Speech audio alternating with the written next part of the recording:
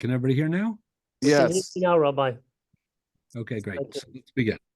So we've been discussing or maybe the central question in Yibum, and that is the question of the relationship between the Isur Eshes Ach and the mitzvah of Yibum, what we sometimes call Hutra or Dechuya, meaning how do we manage halachically the institutional clash between what normally is a severe prohibition that is developed in Parshas Arayos and Achremos, namely that a person's sister-in-law, the wife of his brother, prohibited from having any kind of marital relationship with him. And at the same time, that's what Yibum is. Yibum is when when the brother dies and he doesn't leave behind any children, that in order to secure his legacy, excuse me, the brother of the mace is obligated to step up and to do Yibum, if not, to do Chalitza. So how do we manage those two issues? So we already saw that, obviously, it's an objective question. These things, can't coexist fully. So, something has to give. But what we've been discussing is that, like other halachic clashes, there are two perspectives. One is called Dechuya. If you take the Dechuya approach, so what that means is that there is a priority. There's a struggle to the death, if you will. No survivor. You got to pick one or the other. But when you pick one, you really are overriding the other. You're not violating a lesser offense, because there's no violation. The Torah tells you how to handle this kind of conflict, and therefore it's a normative response, meaning it's a halachically proper response for you to give priority to one over the other, and therefore there's no onesh. Probably there's no iser, but there is an act, excuse me, that qualifies technically, as being involved in the iser.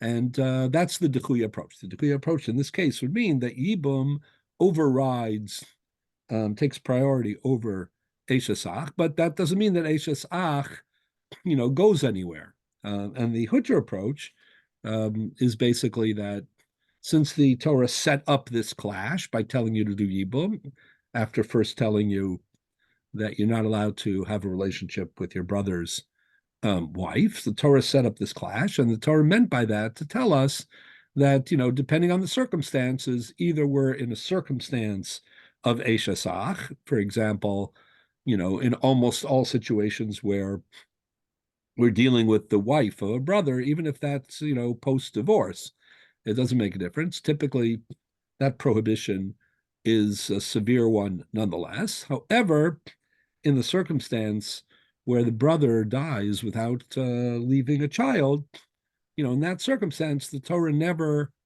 intended, that the prohibition of Eshes Ach would count. Now, once you say that, it becomes a timing question, still, and that is, at what point is the Isur Eshes Ach gone? Can it even be gone before you fulfill the mitzvah of Yibum, just because you're obligated to do the mitzvah of Yibum? Does the obligation itself, or the zika that is triggered by that obligation, does the misa, when there is no child, is that already, engender the exit of Eshes Ach? Or, the two are still very much in play, just that whenever, Yibum's priority is applied, so then instead of overriding, it doesn't override, it just, eclipses, and, there is no Eshes Ach. But maybe the mitzvah itself, according to that view, is what creates the Hutra, not the Chiyuv or the Zika or the Misa. So we're going to practical difference? Formulations of, are there practical nafkamina? 100%. So let's go to that right away. So I think we started last time, but we didn't have a chance to finish the Gemara in Daf Yud Amud Beis. Rabbi, I just want to ask one question I was thinking of since last week. So we usually say the asay has to be docha, the los asay at the same time. Right. Does that make a difference in Yes, that's 100%. So, because ase dochalos ase is typically viewed as a dechia. That's a dechuya, meaning, and that's Right. why normally we say that's the idea of simultaneity, is called beidne with an ayin yud dalid nun yud hey. Beidne means bismano, meaning that the timing has to be perfect. So if you have two things that are really in conflict, just that you're giving, you're allowing one to override the other, then if they're not, simultaneous, then, and you don't have the overriding, factor, to negate the one that's overridden, then you're going to violate. So that's why it needs to be beidne. The other thing that it typically needs to be in Yavamis is a stretched out point. So long as she's in Zakik, Zokuk, whatever you want to call it, okay, then it could take 5 years. But so long as she's in that period, that would be considered simultaneous. Yeah, well, but any time that he would have a physical relationship with her, which would have triggered the Isser, that will be the Ibum, right? Yeah, I understand, but what I'm saying So is that's not a 5-year period could be 5 no. years. So what we're trying to figure out is something else, and that is, in theory, when does the question you asked a second ago? What's a dafkamina whether the Isser Eshasach goes away earlier or not? So I'm gonna get to that in just one more minute. But beidne means simultaneity. We associate with dechuya, and the other thing we associate with dechuya, which I mentioned last time, was ef shalakayim shneim. The fact that you can't. Let's say, sometimes you can accomplish both things. Like this is a big issue in osik mitzvah pater mitzvah. You're performing one mitzvah, and that exempts you from another. Does it have to be a situation where you can't fulfill both at the same time, or as long as legally you're considered to be involved in one, even if you could do both at the same time? That's a big debate By the way, I between the shouldn't Baletosis and the Orzarua. ask this question because it's off the top. But since Jacob couldn't sleep all week, I couldn't sleep on something else. I'm doing Mila. And on he comes, he wants tzedakah, right? My hands are full. Does that mean that if I could tell Yankel, be my shliach, give him $10, okay?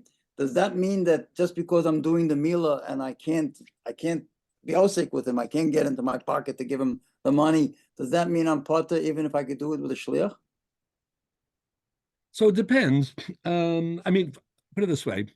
It's a little off topic, but I just Yeah. I don't want to get too involved in that. I'll just tell you that where to look, and that is, we say Shomer Aveda is Pater Mitzvah. Because if you hold Shomer Aveda is a mitzvah, that's Shomer Sachar. We say Shomer Sachar because the schar is that he's exempt from doing tzedakah. So and obviously that's also he's not busy 24/7 watching that Aveda. I mean, right. So he again, whether he should be exercising his p'tur, that's a little bit of a different. But he's still off the hook, basically, technically speaking. I understand. Yeah. Anyways, let's get back to the name thing. So let's look at the Gemara Daf Yud Amud Beis, which we began to look at last time, and this is like a very interesting. I think I'll show you the Rambam, and I didn't get a chance to put the Rambam on the sheet about Abba Shol, but I have it with me, so I'll read it and you'll listen. It'll be almost as good. But before we get to that, first let's get to Reish Lakish and Rabbi Yochanan. So I think we started reading this last time, but we got the end bell rang and we were not able to do a proper job with it. So let's start with that again. That on the fourth the Gemara says here on Yud Amud Beis, this is 10b, Yud Amud Beis. The fourth line? It's Itmar. It is 3, 6, 9, 12. I would say 15 lines down from the top of the page. Does that work for everybody? 15 lines down. Yeah, that's exactly it. So before I read it, I'm just going to tell you a little bit what it is. As we know, Yibum and Chalitza, right, only require one brother and one wife. What do I mean by that? Let's say there are multiple brothers and good to see Rabbi Roth, multiple brothers and multiple wives. Let's say you have Reuven, Shimon, Levi, and Yehuda, right? 4 brothers. And let's say you have Sarah, Rivka, Rachel, and Leah, 4 wives. Meaning Reuven brother number one, the brother who was Nebuch cut down in his prime, he was married to 4 wives, Sarah, Rivka, Rachel, and Leah. All right? And he has, 3 more brothers, Shimon, Levi, and Yehuda. So the chalitza that will solve the problem of Zika, or the yibum that will solve the problem of Zika, only needs to be done by one brother, Shimon, Levi, or Yehuda, with one wife, Sarah, Rivka, Rachel, or Leah. Right? You don't need to, every brother doesn't need to do something, and every wife doesn't need to be the object of either Yibum or Chalitza. Right? This is, it's the beso here. It's Kiyeshu Achim Yachtav. It's one brother is going to take action on behalf of the brothers. I shouldn't say on behalf of the mother. And he releases everybody. And one wife, one co-wife is going to be the object of that action, and everybody then is going to be muteres l'shuk. What was the question? No, I said on one hand, he releases everybody by his action. Yeah, exactly. So now, After now I want to raise the me following so many question. times, I'm ashamed to ask this question. But where is it said that all 4 brothers can't do yibum with all 4 sisters, all 4 wives? Right. Only one brother and one wife is going to be involved in the actual. I know, but where do now, we? This is the question. 1 second. This is the question. The question is, what happens to the relationships after a satisfactory resolution of the Zika takes place, either through Chalitza or through Yibum, by one brother to one co-wife? What are the remaining relationships like? Right. I mean, are they still Meaning, usher? We talked about that last week. Well, that's what we started with last week. So, I mean, right. that is a machlokas. Don't they go back to the precondition? Oh, that's the question. So the question is, on the one hand, the Zika has been resolved for everybody, and therefore you might think that we go back to, where everything was before the Yibum, namely Eshes Ach. On the other hand, why should we go back to Eshes Ach if Eshes Ach was completely, excluded by the reality, of Yibum? In which case, maybe you should have a situation. Just 1 second. In which case, you should then have a situation, where you have 2 options: either where everything will be mutter, no Torah, or if there is an Isser, that it's a lesser or a different or a more independent Isser. Isn't there a third option? Well, those are. The third option would be that each of the brothers, because I'm not sure where it says only one could do it, that each of the brothers still could do Yibum with each of the wives. No. That's explicitly excluded. Kieshu Achim Yachtav, we say the Bechor, or the older brother, does Yibum, and he's not allowed to do with the. We'll see it. Let's look at it side. So Itmar. So actually, this is an argument between Reish Lakish and Rabbi Yochanan. Let's look at the language carefully. The Gemara says Itmar. Hacholetz li'evemto. Right. So let's say Ruvain died, left these 4 wives, right? What did we say? So Rivka, Rachel, and Leah, right? And now let's say Shimon, let's say he's the next brother in line. So he went ahead and he did Chalitza with Sarah. Okay? So, and then V'chazer v'kidsha, then he decided, oops, I shouldn't have done Chalitza. She's a terrific wife candidate. So he goes back and he wants to marry her. He tries to be Mekadesh, meaning Shimon tries to be Mekadesh Sarah after giving her Chalitza. So he's already resolved everybody's Zika, and now he wants to marry her, he decides. So the Gemara says, Amar Reish Lakish. Reish Lakish explains, Hu ein chay bala chalutza kares. He, Shimon, and she, Sarah, they are exempt from kares. I mean, if he were to go ahead and have a physical relationship with her through marriage or separately, there would be no kares because they are the actors in resolving the Zika. However, the ha'achin kayavin ala chalutza kares.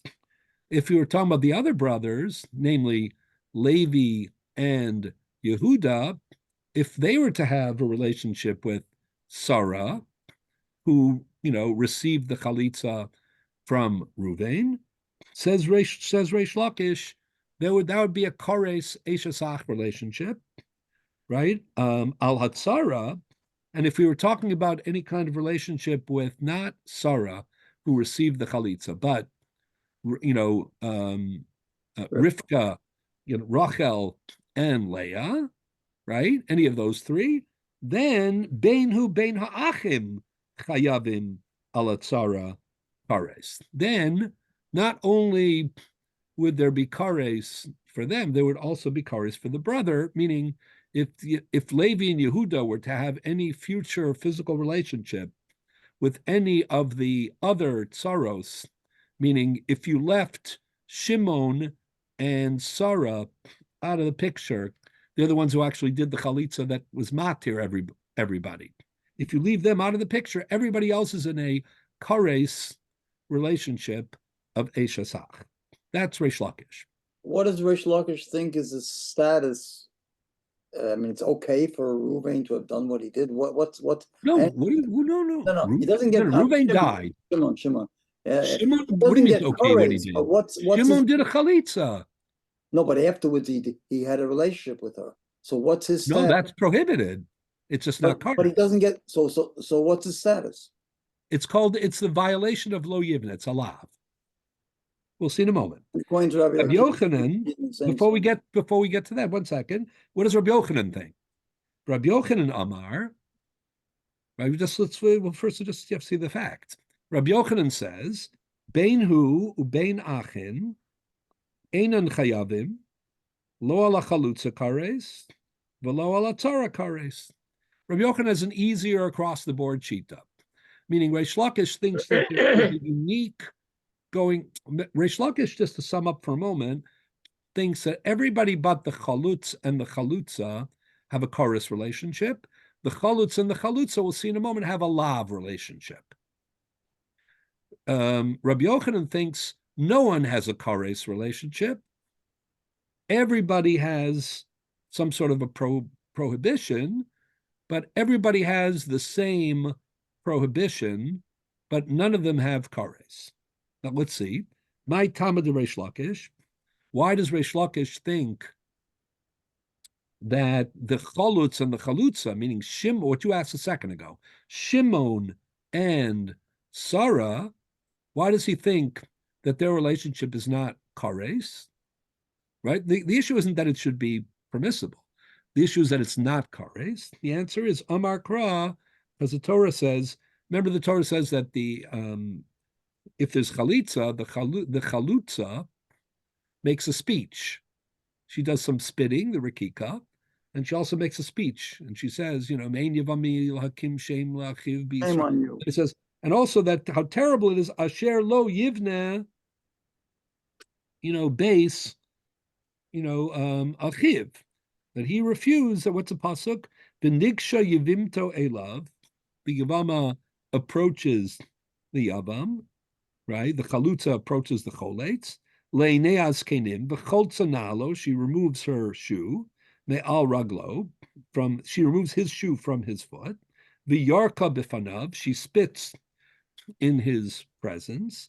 V'ansa v'amra, and then she makes a speech and she says, Kacha ye'aseh lo'ish.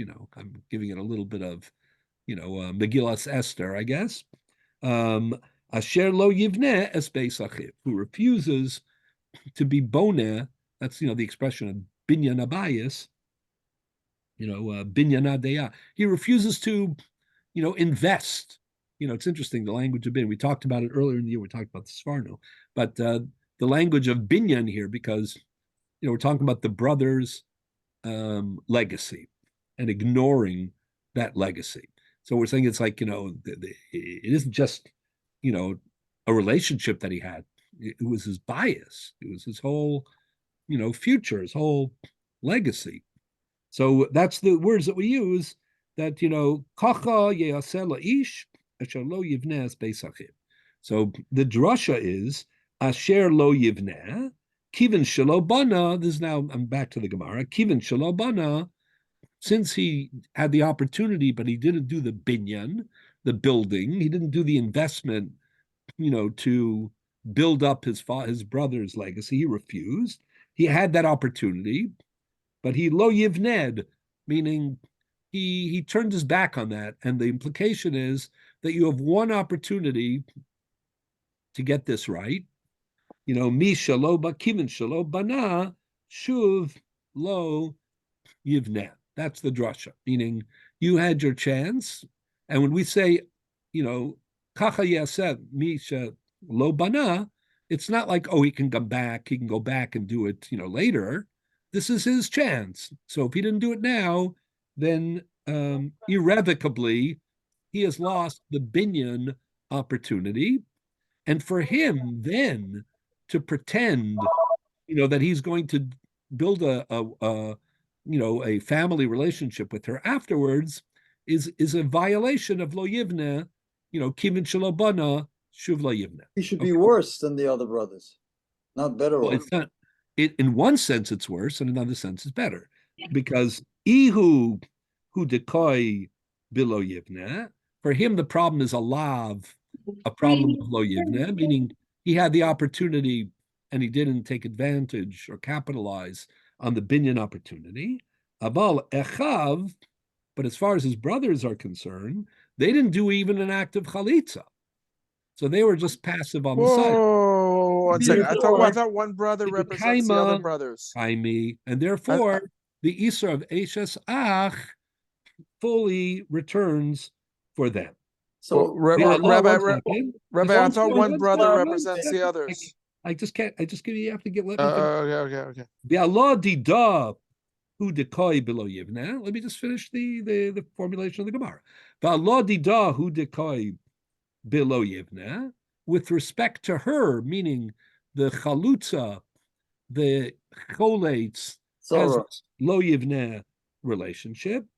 Hatzara kidakaimi kaimi. But when it comes to the other, co-wives, meaning the other brothers, and all the co-wives, says Reish Lakish, who didn't actually engage in an action that, neutralized Eshesach. They left that to the Choletz and the Chalutza, to Ruvain and Sarah. So Ruvain and Sarah with each other have a lo yivne, mishal obana shuv lo yivne relationship, and everybody else, going forward, we're talking about, meaning if everybody stays away from everybody, then everything is fine. If now Levi wants to have a marital relationship with Rachel, then that would be a violation of Iser Eshesach. That's the view of Reish Lakish. So Now, the question, let me just finish the line, and then we'll take all the questions. The Rabbi Yochanan, what does Rabbi Yochanan say? Let's get the whole picture first. Rabbi Yochanan disagrees. He says what? He says nobody has an Iser Eshesach. Right? Why? Mi ike midi dimikara iboy haycholitz, iboy haycholitz, iboy lehaycholitz, the iboy lehaycholitz, the hashta koyalel bekares. Rabbi Yochanan says, listen, it is true that only one brother, engaged with one wife, but that's the way it's supposed to be. But in theory, any of the brothers could have acted upon any of the wives, and therefore the idea that Eshes Ach has been neutralized by the common yibum on behalf of the brothers, for the sake of the sisterhood of wives, that is implied, because it's true that Shimon did the chalitza action, but it could just have easily have been, there was an option for it to have been Levi and Yehuda. It's true that Sarah was the chalutza, but it could just as easily have been, Rivka, Rachel, and Leah. And therefore, and it's not as if that there was supposed to be more yibums or more chalitzas. That's the din. The din is that one brother is supposed to exempt, one wife, And that works for everybody. So nobody did anything wrong here. So Rabbi Yochanan said, so for that reason, whatever took place, there's no difference between the status of the Choletz and the Chalutza or the brothers or the other wives. Ella, Ihu, this is very important. We'll get back to this in a minute. I'm going to take all the questions in just a minute. Ihu shlichusa da achim ka'avid. Shimon acted on behalf of the brotherhood of brothers, right? And Right. Ihi, we'll say Sarah, acted on behalf of the sisterhood of co-wives, right? Shlichusa da tzara ka'avda. And therefore, everybody's on the same, level playing field. Right. What is that level playing field according to Rabbi Yochanan? No one is subject to Eshasach. Everybody is prohibited from having a future relationship, but the Gemara doesn't say explicitly, according to Rabbi Yochanan, what the problem of that future relationship would be. Most of the Rishonim are of the opinion that it's lo yivneh, right? Misha lo bana shuv lo yivneh. We'll see in a moment that according to the Rambam, I'm going to read the Rambam in just a minute as soon as I take the questions. The Rambam in the in the first parak of Hilchos Yibum, parak Aleph, Halacha Yud Beis, has a different, a little bit of a different view, which we're going to see in a moment, and then we'll talk about the Ramban as well. So to sum up so far, and then I'll take the questions so far, is that we're interested in trying to figure out, does Eshasach always go away? In this case, we're talking about whether Eshasach returns or it never went away, and therefore it even exists after the Zika is already solved or neutralized. So Reish Lakish is of the opinion that there is an Isur of Eshasach even after the Zika is neutralized, and that's something that applies to the other brothers and the other wives. However, with regard to the Choletz and the Chalutza directly, as far as they are concerned, there's a lav of lo yivneh. And Rabbi Yochanan thinks there's never Eshasach after the Yibum is solved, but there is some sort of an Isur, but it's an equal Isur that applies bein lecholetz, bein leechav, bein lechalutza, bein leshar nashim. And we'll see what exactly that is in just a moment. And in a second, I'm going to show you that the Rambam, formulates Rabbi Yochanan's halacha in a very unusual way. He omits what the Gemara has. Instead, he substitutes for it a formulation of Hutra that we'll see in a moment. And in addition to that, his prohibition is significantly lighter, than other Rishonim understand the Gemara. So I'm going to get to that. I'm going to get to the Rambam in just a minute, and I'm going to show you why I think the Rambam is totally consistent with what he says about Abba Shaul. But before I do that, if there are any questions about understanding the case or whatever, the assumption here that's being made to some degree ignores one basic fundamental question. And that is that we know that the eldest brother has the obligation, so to speak, to come forth first. We also it's a lechatchila obligation. We also know that the obligation that if somebody should jump ahead, Yeah. Chazal are not happy about it. They frown on it, but he did it. Okay. Right. But my question is, because we in this discussion between Rish Lakish and Rabbi Yochanan, the question comes up. Look, after all, just because he did chalitza, somebody else could have done yibum. My question fundamentally. No, it's not somebody else could have done yibum. It's also somebody else could have done chalitza. What my question is, if Reuven is the one going in order who has the first obligation, so if his obligation is, and this gets, I guess, to the question of yibum and chalitza in general, if his obligation is to do something and he's willing to do it, or is his obligation to do yibum? If his obligation is just to do one of the two, then the other ones did not have the ability to come in there, okay? Because even though with the Eved we accept it, they're not supposed to do that. Now, if his obligation was to do yibum, and if he wasn't willing to do yibum, he should have turned around to the other brothers and say, please, if anybody else wants to do yibum, go ahead. I'm trying to understand what is the actual obligation. If Reuven, in fact, is the one that's supposed to do it first, and if we say it's really that gets down to the whole question of yibum and chalitza. If we say they're equal choices, neither one is better than the other, and he chooses to do chalitza, then nobody else had that option. And the Gemara seems to say that they do. They didn't have the option. If, on the other hand, Reuven should have turned to the brothers and said, look, I would like to do the preferred route, which is not clear that it's preferred, by the way, the Yibum, I'm not willing to do it, so please step in. But if we assume that he had the right to make the choice, then this discussion doesn't sort of compute. Well, so I'm going to bypass all of that now, and I'm going to refer you back to the Gemara, the Mishnah, and the Gemara on Chaf Daled Amud Aleph, which is one of the first time that it really comes up, where we talk about the hierarchy of the brother, the older brother being preferred over the younger brother, but the younger brother being able to usurp. If you want just to look on Chaf Daled Amud Aleph, this is mitzvah begadol yavim v'im kidim akatan zacha. So the Gemara itself, and then you have later on in the Lamed, later on you have the Gemara in earlier you had the Gemara Yudzayin Beis, and then later on you have the Gemara in the Lameds, that discusses exactly this issue. That is a separate question about the hierarchy, of the brothers, even in a situation where one prefers to do the better. Let's say I have a younger brother. You're asking me about the younger brother being interested in Yibum and the older brother doing Chalitza. The rationale in this machlokas. No, I understand what you're asking. I'm just saying, forget about all of that. None of that has anything to do with Rabbi Yochanan and Reish Lakish. Because in Rabbi Yochanan and Reish Lakish, let's assume for the moment, none of the brothers are going to do Yibum. Let's assume you polled all the brothers, right?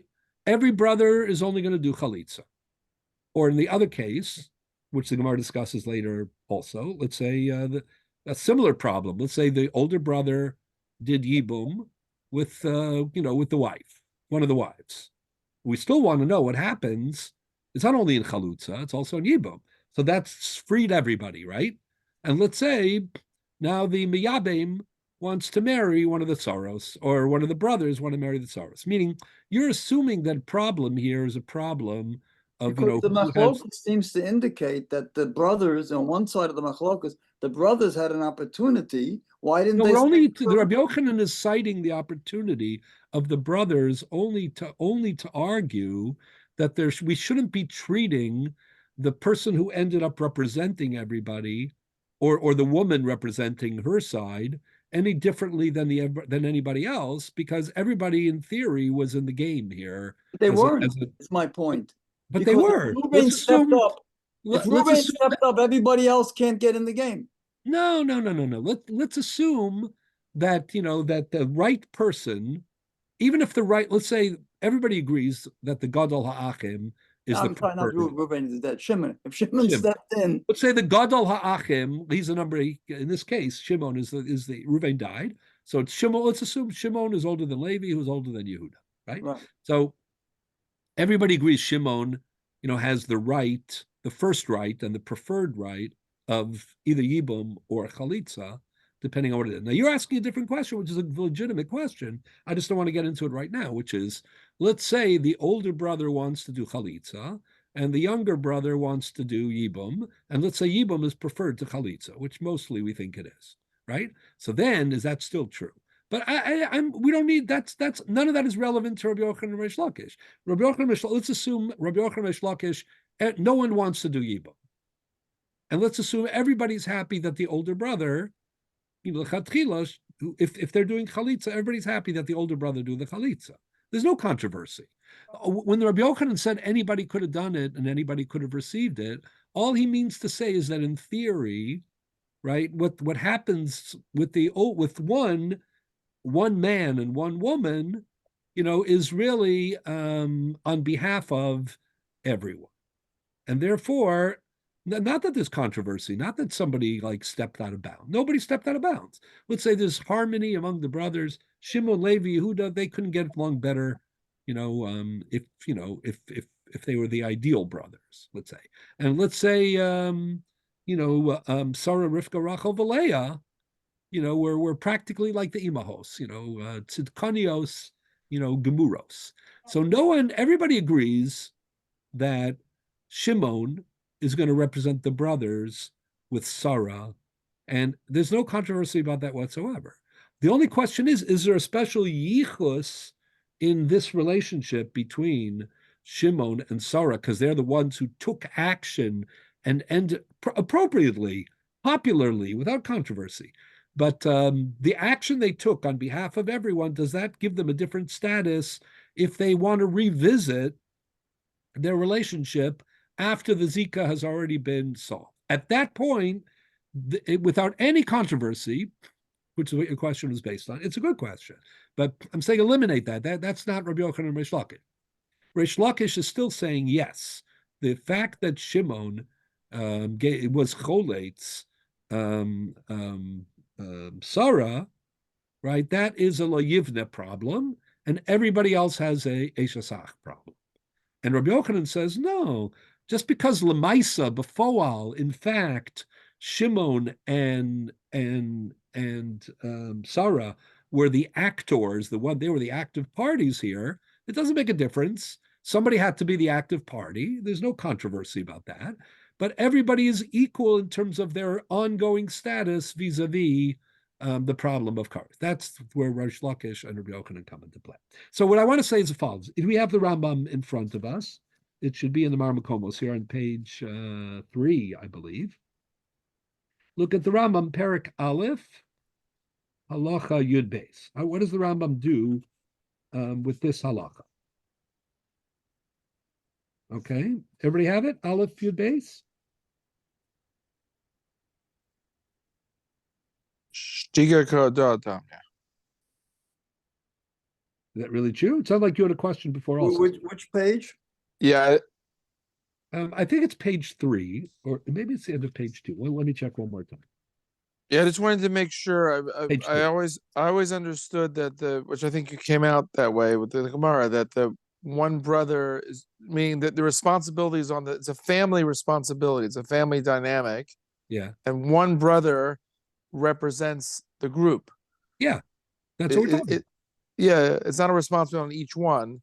So they're all connected. Correct. That's what the Rabbi Yochanan is saying. And Reish Lakish agrees with that too. Reish Lakish just says that if in fact one brother was choletz and one wife was the choletzes, that still might have impact on a special status, even though everybody was being represented. The Zika is gone. The Zika is gone forever. When Shimon does chalitza with Sarah, the Zika goes away from everybody. And before that happened, before the Yibum or the Chalitza of one brother to one wife, the Zika was imposed on every single wife by the collective brotherhood. Okay? So you're totally right about that. There's a separate argument, which is totally understandable, even predictable, that there would be an argument like we're asking. Good. If one brother acts on behalf of the group and one wife acts on behalf of the group, is there any special yichus, to those two having been the actors as opposed to the others who were more passive, even though what they did in terms of removing the Zika was done on behalf of everyone? That's the question.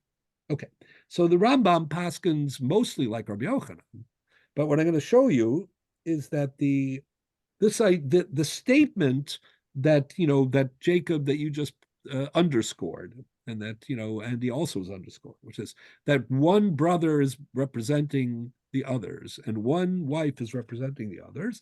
That statement in the Gemara for Rabbi Yochanan disappears in the Rambam, and instead another statement appears. So let's look at the Rambam. Hakonis asivimto. What does that mean? So first of all, that's not our case. That's a case in the continuation of the Gemara. That's Yibum. Let's say Shimon, the same Shimon, instead of being cholet Sarah, let's say he's miyabem Sarah. But it's the same effect. By doing that, everybody else becomes free. So kones asivimto, nesru tsaros seha alav.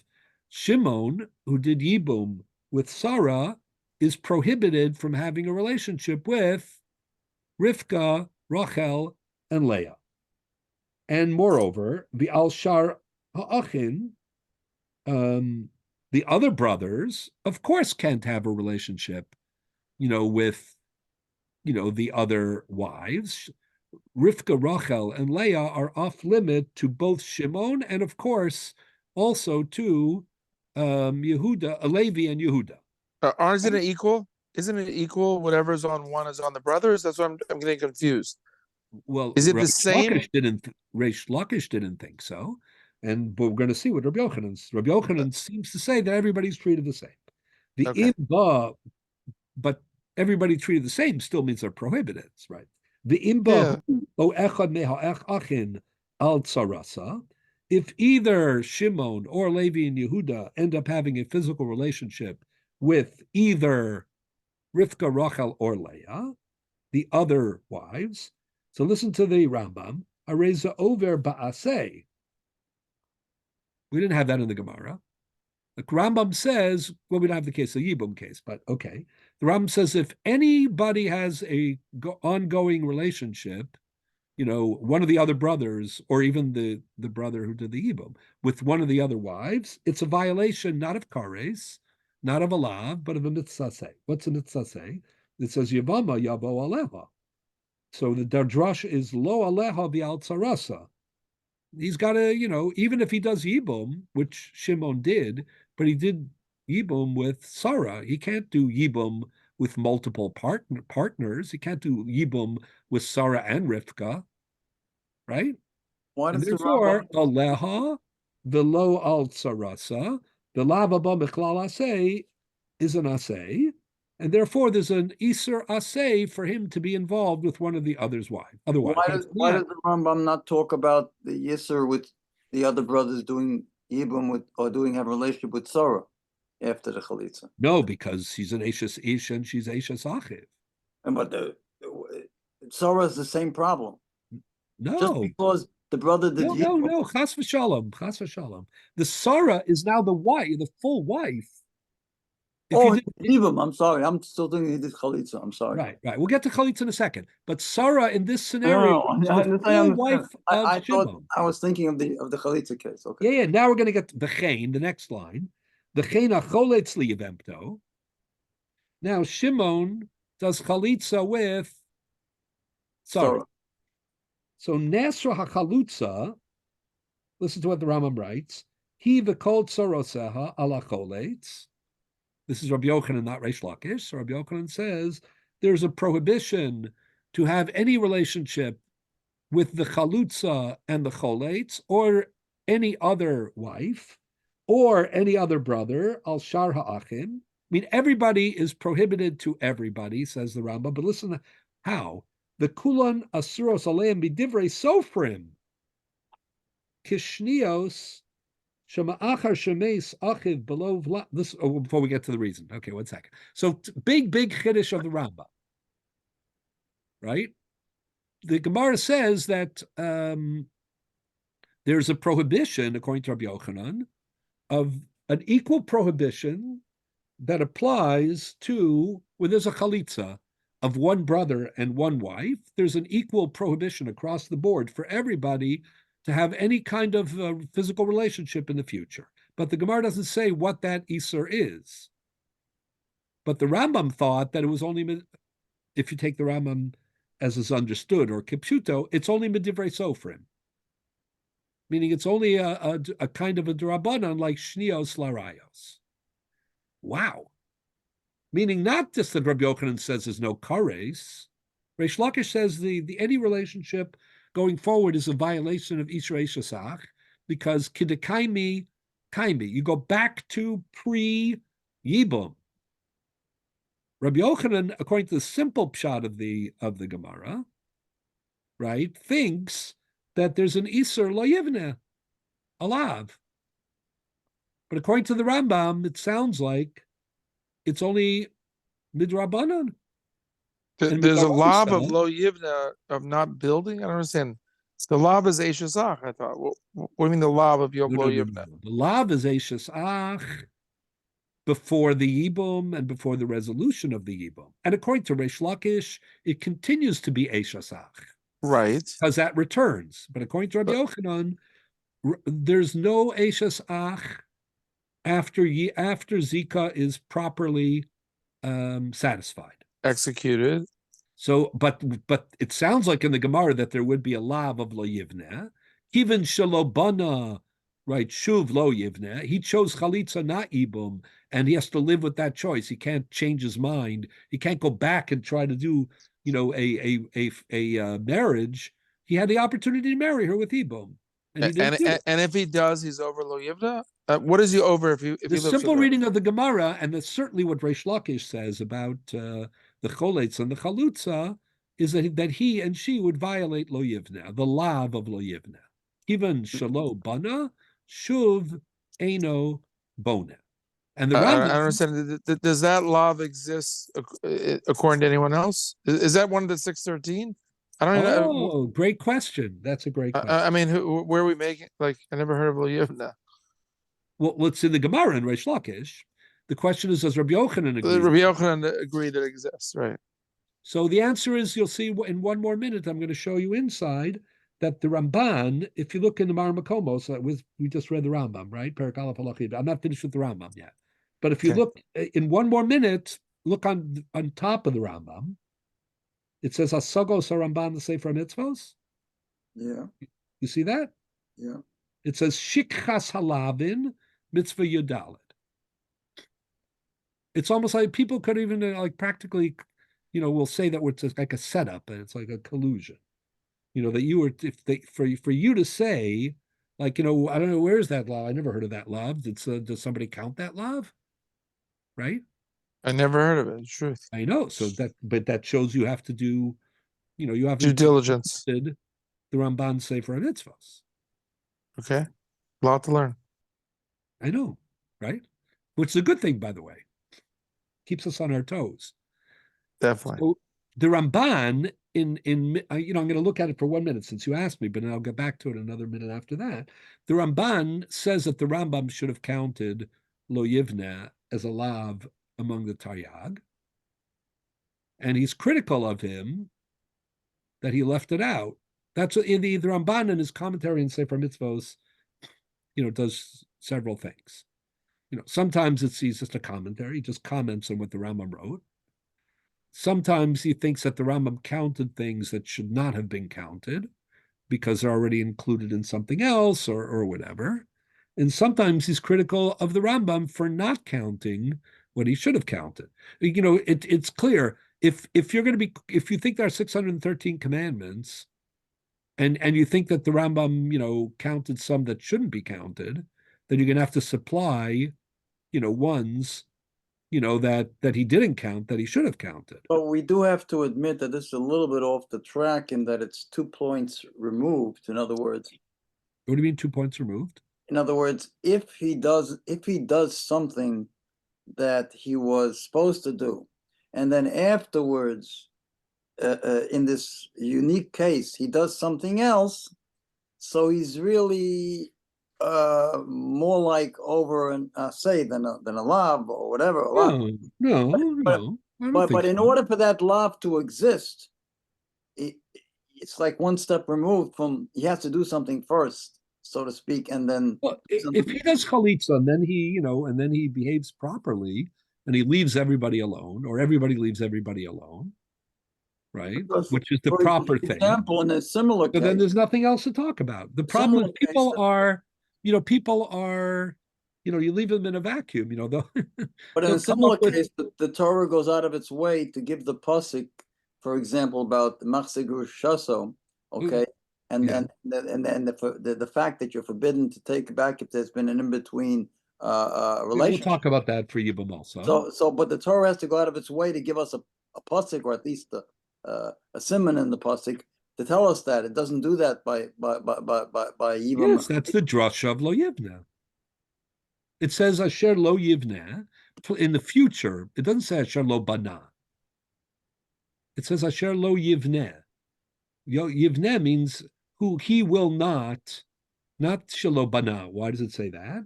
Kivin Shalo Bana Shuv Lo Yivne.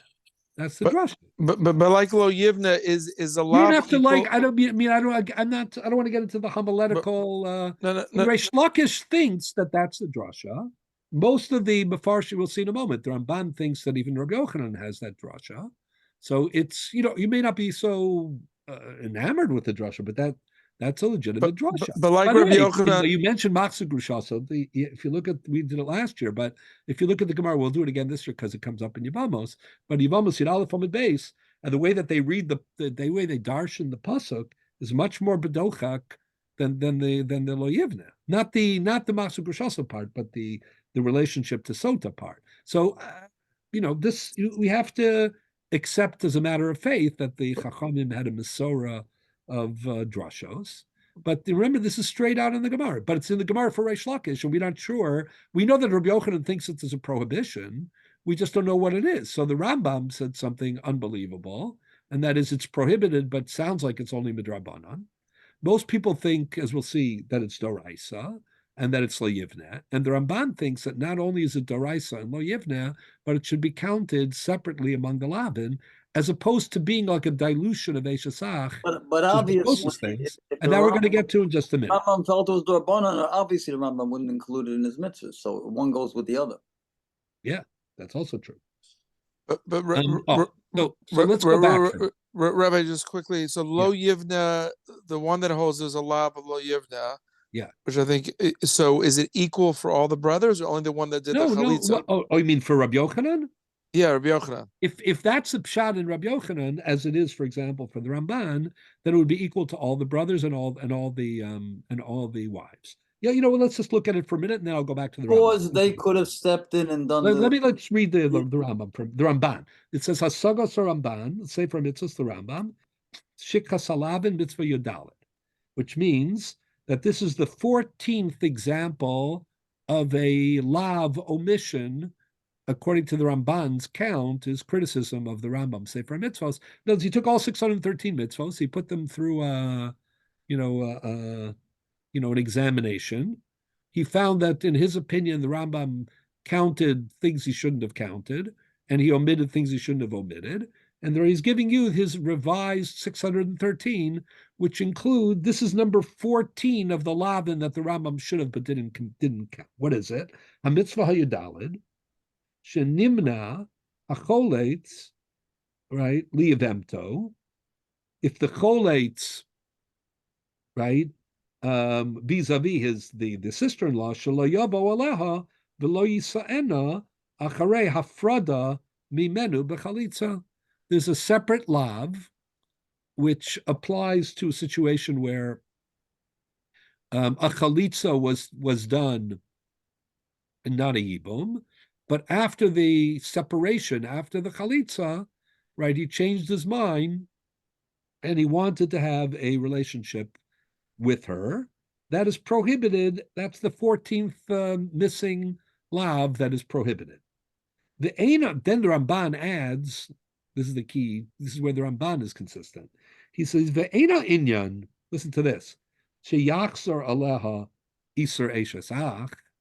This doesn't mean that the old original prohibition of eshesach is lurking and looming and rearing, its head, meaning you finished Yibum, so that was a break. That was obviously an exception to eshesach. Now that we're done with the Yibum, you go back to eshesach. Because says the Ramban, if that were the case, kivin she'avar mehem mitzvah yibum, once the yibum is over, that you go back to eshesach, etc. She'im kain, if that were true, yeh mechuyev aleh kares kechiyuv eshesach shelo b'makom yibum. That doesn't fit in with the facts because we paskin like Rabbi Yochanan, not like Reish Lakish. Reish Lakish thinks it's eshesach, but Rabbi Yochanan doesn't think that because otherwise it would be kares. And this is just belav. Aval, so what is it? Tziva yisbarach, right? The Ribono Shel Olam commanded, be'eshes ach she'ein labanim, that whenever there is, a circumstance of eshes ach, but he leaves no survivors, no children, right? Then there's a mitzvahs yibum, mitzvahs chalitza. What is Ramban? This is the Ramban l'shitaso. Last week we read the Ramban in Torah Sa'adam, where the Ramban said it's not Dechuya, it's Hutra, meaning as soon as the circumstance arises that the brother dies and doesn't leave children, and there's a Yibum situation, there's no longer Eshasach. Eshasach is long gone. It's not the Bali Tosus who hold that it's Techuya. This is the Ramban who holds Hutra. So the Ramban's saying, oh, even, what are you going to say, after the resolution of the Zika, that the Isra Eshasach comes back? No, that was gone. Remember you asked me about the timing and the Nafkamina? That's been gone even before you did the Yibum. Once there was an obligation to do Yibum, there's no longer an Eshasach. Certainly it doesn't return after he solved the Yibum. There hasn't been Eshasach, and there's not going to be Eshasach as long as the brother died without children. The Gazer Bahem, Shemyasu Chalitza. The only thing is, the Torah made a gzera that, once you do Chalitza, lo yizdavgu od.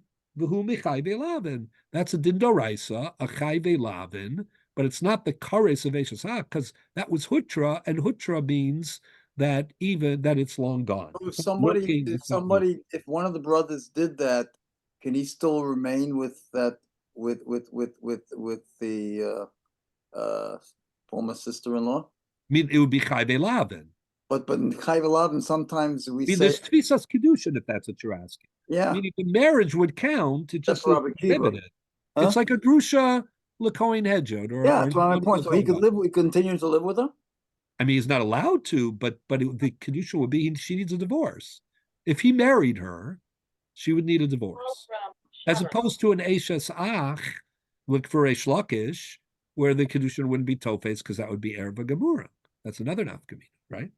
V'hu amaro, kach hayaseh leish asher lo yivne beis achiv, uba perush mibale hakabala. He doesn't mean the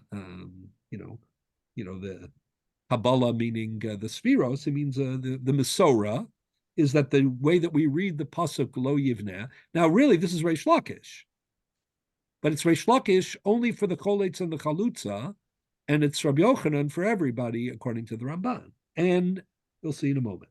Kivin Shalobana, since he had the opportunity to build up his brother's home, namely through Yibum, right? And he didn't do it then.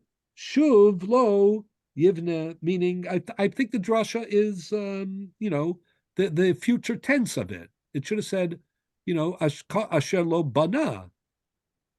But we're saying it's asher lo yivne, meaning the decision that he made, shelo bana, sof is a decision shehu lo yivneh, because legally, once he's lo bana, once he decided not to take the opportunity of yibum, he doesn't get a second chance, and a second chance violates, the decision that he made initially to do chalitza. Uperish amru, the Perak Rabban Gamliel, nasan get the chalatz einach chalitza klum. Meaning there's no Eshasach.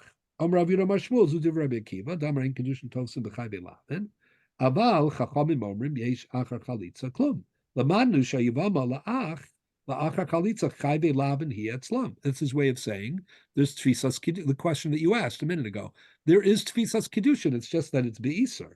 Ukvar Nizbaru Dine Mitzvazu. Right? Sham beperak hanizkar b'makomos rabin b'yivamos. Contrast that, and then I'm going to say everything and try to explain it all together. I just went a little bit out of order, but look at Tosfos now. This Tosfos says what they say, not for Rabbi Yochanan, but for Reish Lakish. But look at the Tosfos Dibra Maskil, Ihu hu dekoi below yivne. Is there a little bit of Abba Shaul in this thinking here that if he was really doing the Shema, what he was supposed to do? I don't think so, but I do think there's this. Yeah, I don't think this is based on Abba Shaul, but what I'm going to try to show you is that the language that the Rambam uses in rejecting Abba Shaul is the same language that he uses in rejecting Reish Lakish. In that sense, is a common denominator. But I'm going to show you that in just a minute. Before we get to that, look at Tosas on the page on Yunamid base. No, the next one. Ihu hu dekoi below yivne. Okay. Yeah. So look what Tosa says. This is explaining Reish Lakish.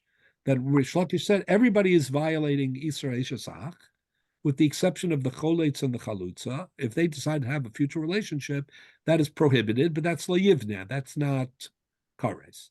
So look how Tosas explains what this Lo Yivna is. Tosas says, Ilo Havaksiv Lo Yivna, if the Pasuk hadn't, used this phrase or the future tense, right? Havamina dafilo ala chalutza b'kares. We would have thought even the choletz and the chalutza, once they try to have a physical relationship afterwards, find themselves entangled in eshes ach, and that would be kares. But listen to how he explains it. Bahashta aitar lo yivna linatka mikares lalav. He says the fact that there's no kares doesn't mean it's not eshes ach. It is eshes ach. It just has a diluted onesh. Wow. Aval achin, this is in Reish Lakish. Aval achin v'tzara kedekaimi kaimi v'lakoi lo yivne alayu. So Tosas doesn't agree. What the Ramban says is pointedly against Tosas. Is Tosas indicating that's okay? Although the Ramban is talking about Rabbi Yochanan, and Tosas is talking about the Cholitz and the Chalutza for Reish Lakish, but it doesn't really matter so much. I mean, you could distinguish, but the principle is the same. Tosas is saying, what is you're all asking me, what is Lo Yivna? Where did it come from? What is it? The answer is as follows. For Tosfos, Lo Yivna is Eshes Ach with a lower Onesh. Why is there lower Onesh? That's the Chiddush of the Torah, that since there was since he was permitted to marry her, even though he chose to do chalutza, and they shouldn't have a physical relationship, it's still Eishesach, but it's Eishesach without the Onesh. What's the difference? When you say lower Onesh means what? Less Malkas? What does that mean? What does lower Onesh mean? Instead of Kares, Kares, which is a spiritual death penalty, it's Malkas. Okay, so it goes from Kares to Malkas. Okay. It goes from Kares to Malkas. We dilute the Onesh. But if you want to ask the conceptual question, what is the nature of this Isser? The answer is it's back to Eishesach. How could Tosas say that? The answer is no, of course Tosas says that. Tosas are the ones who say the regular Yibum is Techuya. Oh, that's what I want. Isn't it more difficult with the Techuya concept? No, it's Techuya, so therefore it's Eishesach. The only Chiddush is that you get less of a Kares, and less of an Onesh. However, according to the Ramban, because by Hutra, who says Hutra, Eishesach is long gone. Eishesach we haven't seen Eishesach since there was a Chi of Zika, a Chi of Yibum. And that's why there's no Kares. So why is there a lav? The answer is it's a new lav. It's the lav of having forsaken the possibility of, if you were going to do binyan, you should have done it then. You had your chance. If you don't do binyan then, there's a separate Isser of trying to be boneh, a second opportunity. Binyan is usher in its own right. That's why the Ramban says you have to count it separately. If Tosas were counting mitzvos here, they wouldn't count it separately. They'd say it's a detail in Eishesach. There are two types of Eishesach. There's an Eishesach with kares, and there's an Eishesach in the case of post Yibum, which isn't bekares, it's only balav. Would you count that separately in minyan and mitzvos just because the Onesh is different? Probably not. Sounds like the Ramban is l'shita. So this is a terrific extension of the argument between Tosas and the Ramban about the bigger question of Yibam, how they read Rabbi Yochanan, how Ramban reads and how Tosas reads like Reish Lakish, and by parallel, how the Ramban reads Rabbi Yochanan is a terrific outgrowth of their argument. But having said that, now let's look back at the Rambam. There are two problems in the Rambam. And then I'll take all the questions after I state the problem, and then I'll try to resolve it. What are the two problems in the Rambam? Two things. Remember when the Gemara wanted to explain Rabbi Yochanan, what did the Gemara say? Ihu shlichusa da'achim ka'avid, ihi shlichusa da'tzara ka'avda. You can't distinguish between the actors, meaning the choletz and the chalutza, right? After all, they're connected. Everybody's, being, it's this one on behalf of that and that one on behalf of this. Rambam dropped it completely when he paskin like Rabbi Yochanan. He doesn't say that. What does the Rambam say instead? Listen to the go back to the language of the Rambam for a minute. The Rambam says, what does he say in the end here? One second. Oh, Shema'achar shemes achiv below Vlad. Since the brother died and he didn't leave children, nistalek iser erva mial kol nashav. The iser of Eishasach at that moment, nistalek, poof. That's hutra. That's hutra. Lefikach tofsin buena kiddushin kishnios. The Rambam says, this prohibition of Rabbi Yochanan isn't even a lav. It's shnios midivrei sofrim, and it's certainly not eishasach. So there are three views here. Let me make it clear. Tosas says, let's assume that Tosas thinks that for Rabbi Yochanan, that what's true for Reish Lakish in the Cholitz and the Chalutza is true for everybody for Rabbi Yochanan. Let's assume that. That's a fair assumption. The answer is it's the Isra of Eishasach without the Onesh. Why? Because Eishasach never went away. Eishasach was overridden. So can Eishasach come back? Yes. The Chiddush of the Torah is that it comes back, but without the Onesh. Okay, without the full Onesh. That's Tosas. That's Lishitaso of the Chuya. And it comes back without the Onesh because of Lo Yivna? Yeah. The Lo Yivna teaches you that since you resolved the Zika, you're not going to get the Onesh of Kares. That's a very contorted reasoning of Lo Yivna. Lo Yivna should be an additional bad thing you did. No. Right? It says you don't say Kares. That's the whole point. Huh? Rabbi Yochanan disagrees with Reish Lakish. Right? Reish Lakish thinks are two dinim. For the Cholitz and the Chalutza, it's Lo Yivna, and for everybody else, it's Eishasach with the Kares.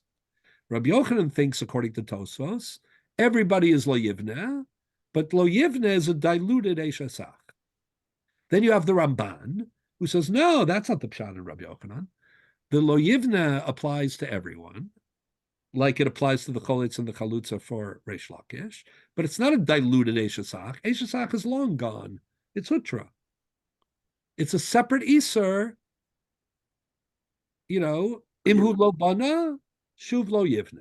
That's why he has to count it as a mitzvah. And that's why he counts it separately. It's what's so perfect about this, because it's not just a different than the Onish level. It's not a mild Eishasach, right? It's a totally independent din.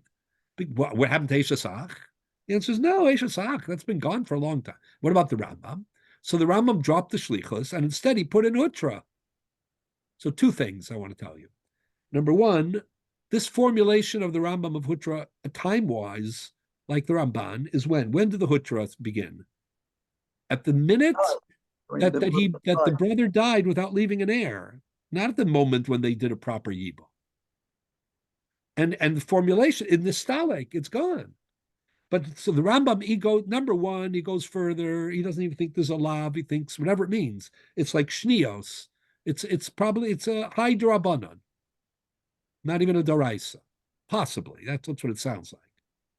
Because Eishasach, man dekar shemei. He's not counting it separately because for him it's not even worth counting. It's not a real lav. But more than that, how come the Rambam dropped the shutfus and instead he put in the shlichos, sorry, and instead he put in the hutra? So two things. Number one, the language of hutra comes from the father. This I don't have on my paper, but I'm going to read it to you. I mentioned that the Netziv, in his view of Abba Shaul, was following the Rambam. Which Rambam? The Rambam in Pirush HaMishnayos, in Bechoros, and in a tshuva called Mitzvah Reshut Ches. I'm going to read you the line. The Rambam says in Pirush HaMishnayos and Bechoros, says the following: Mitzvahs yibum kodemes lemitzvahs chalitza. We paskin against Abba Shaul. We think that the mitzvah of yibum is given priority over the mitzvah of chalitza. Barishona, this is what the Mishnah says. Shahayu miskavnin l'shem mitzvah. Abba Shaul says in the olden days when people could really do this properly, we preferred yibum. V'achshav she'ein miskavnim l'shem mitzvah. now that people don't have the right intention when it comes to Yibam, right? Amru mitzvah chalitza kodemes lemitzvah Yibam. We said that it's better to do chalitza even though it's second best, but better a less risky second best than a risky best. So that's the Mishnah. Okay, that's the Mishnah in Bechoros. Commenting on that Mishnah, the Rambam in his commentary, and the Mishnah says, Udvarav kan bechalitza v'yibam, right? The words of the Mishnah about Yibam and Chalitza, Kedas Misha Omer, go according to Abba Shaul, who says, She'ena mutter b'shemofen she'iskaven hayavam b'bias hayavama shelo l'shem mitzvah, who requires that you have the exact proper intention regarding the goal of the Yibam, or the motivation of the Yibam, better. Aval im lekacha l'shem mamon, but if he, like, she's an heiress, she's wealthy, so he's thinking it'll also be an easier life. Oh, l'shem noi, she is, very pleasing in terms of her appearance. Hareu kilu paga be'erva. So now listen to the Ramban. Listen to the Rambam. Rambam says, Zeh bilti nachon. This position of Abba Shaul is not correct. Ella, now listen to these words. These words I'm about to read are almost exactly the words that the Rambam uses in Parak Aleph Halacha Yud Beis to explain Hutra. Listen to that. Mishenestalik mimenu isar erva, as right, kasher meis achiv b'libanim. The second that he died, that Reuven dies without leaving children, at that moment, nistalek mimena isar erva. Not the moment when he does the Yibam, properly or improperly. As soon as the situation of Zika and Chiyuv, Yibam, of Meis Balabanim occurs, at that minute, that's when Eshesach gets banished. Because it's Hutra. Time-wise, it leaves early. It's not even there. You're not doing the Yibam right now. That doesn't have to disagree with Abba Shaul, because Abba Shaul he's saying this to disagree with Abba Shaul. No, but Abba Shaul shows that it doesn't have to. I've said this in the past too. I agree with you. But I'm telling you how the Rambam reads Abba Shaul. He's contrasting this. He's saying Abba Shaul is wrong. Why is it wrong? Because it's Hutra. Yeah, but it's Hutra. Definition of Hutra by Abba Shaul is that you have to have the perfect. No, I get it. But time-wise, according to Abba Shaul, it's not true according to Abba Shaul that Meis below Banim, that there's already a Hutra. Because if it was Hutra then it wouldn't matter. It only gets Hutra when you actually do the Yibum properly. At that moment, there's no clash. Why do we have to say that Abba Shaul says that? Abba Shaul could agree that it's Hutra from the point of death. However, he could say the Hutra is based on that you can only do it l'shem shema. Put it this way, then the Hutra doesn't preclude bringing back Eshesach. That's the point, according to the Rambam. And the Rambam saying, in his view of Hutra, which is that the timing of it is the exit of Eshesach is early, that is an exclusion of Abba Shaul. That's the Rambam's view. Listen to this. Harei muteres afilu niskaven shalosh shem mitzvah. V'harei hadin lefi shita zu shemitzvah sibum kodemus lemitzvah kalitza b'chol zman. V'chein halacha. If you look in Hilchos Yibum, Parak Aleph, the Rambam paskins against, not like Rabbeinu Tam, the Rambam paskins against Abba Shaul. And here in Pirush Mishnayos as well. Now I'm going to read you one more line, and that is the tshuva of the Rambam. The Rambam has a responsum. It's a mitzvah, it's a siman reshut ches. They asked about Yibum and Chalitza, which is preferable, etc., etc. So listen to what he wrote. V'yadu alachem, it's known to you, maskanas psaka halacha, the conclusion of the halacha, as he himself wrote in Hilchos Yibum, shemitzvah sibum kodemis l'mitzvah chalitza, that Yibum is preferred over chalitza. He paskins against Abba Shaul. Afilu eina miskavin l'shem mitzvah, even if there's no kavanah l'shem l'shma, el l'shem noi, or l'shem mamon, right? Hoil, listen to this language.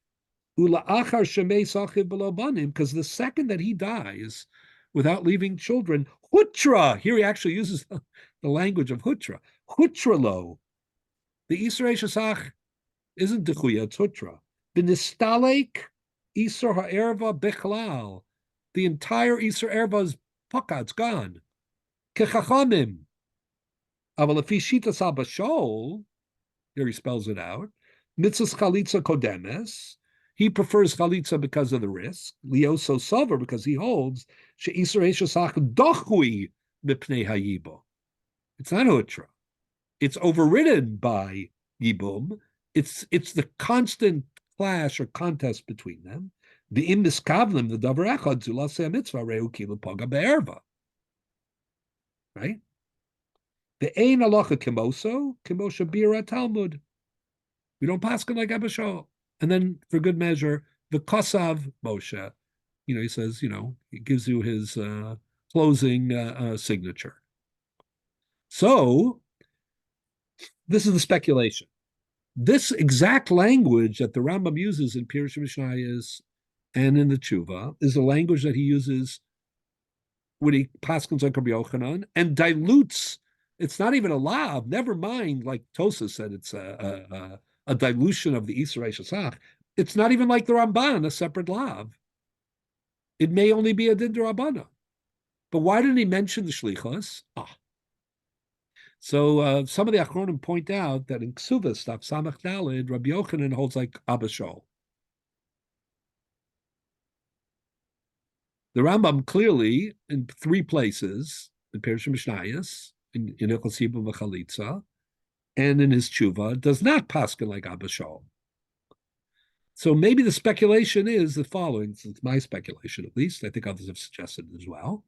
The reason the Rambam dropped the shlichus is because he doesn't need it. If there's Isur Eshesach, then you're under a little bit of pressure to explain why the people who didn't actually do the chalitza don't have an Isur Eshesach. Right? At least the Isur Daraisa of Lo Yivna. So Rabbi Yochanan, who held like Abba Shaul, which according to the Rambam means Dekuya, not me, I don't think it means Dekuya. I think other Shitas about Abba Shaul. But for the Rambam's point of view, it means Dekuya. So why aren't the brothers and the other tsaros, why aren't they subject to some sort of Eser Zach? Says the Gemara, because whatever Shimon did, he did on behalf of Levi and Yehuda. Whatever was done to Sarah was also on behalf of, Rivka, Rachel, and Leah. The Rambam doesn't need that. But the Rambam doesn't need it, because for the Rambam, there's no question of Eshesach. Eshesach, we don't paskin like Abba Shaul. Rabbi Yochanan paskins like Abba Shaul. He has a problem. He's got to explain it. But we don't have a problem at all. And that way, the Rambam may even claim that maybe in the Gemara, Rabbi Yochanan holds that it's Layivna. But maybe in the Halacha, it's even less than that, because implicitly that's connected to Abba Shaul and the Dekuya understanding of Abba Shaul of the Rambam. But we don't accept that. So we don't need that. So we're actually even more Mekel. It's still Asur, right? But the Yivna is only post, it's an Asay, and that's post Yibu. But if it's after Chalitza, it's just like Shniyos Medivrei Sofrim. The Ramban and others who hold Hutra, do they also hold that it's from the point of death? Yes, it sounds, the Ramban. Everybody who holds Hutra has to hold that way? No, you don't have to. Like we said in Abba Shaul, you don't have to, right?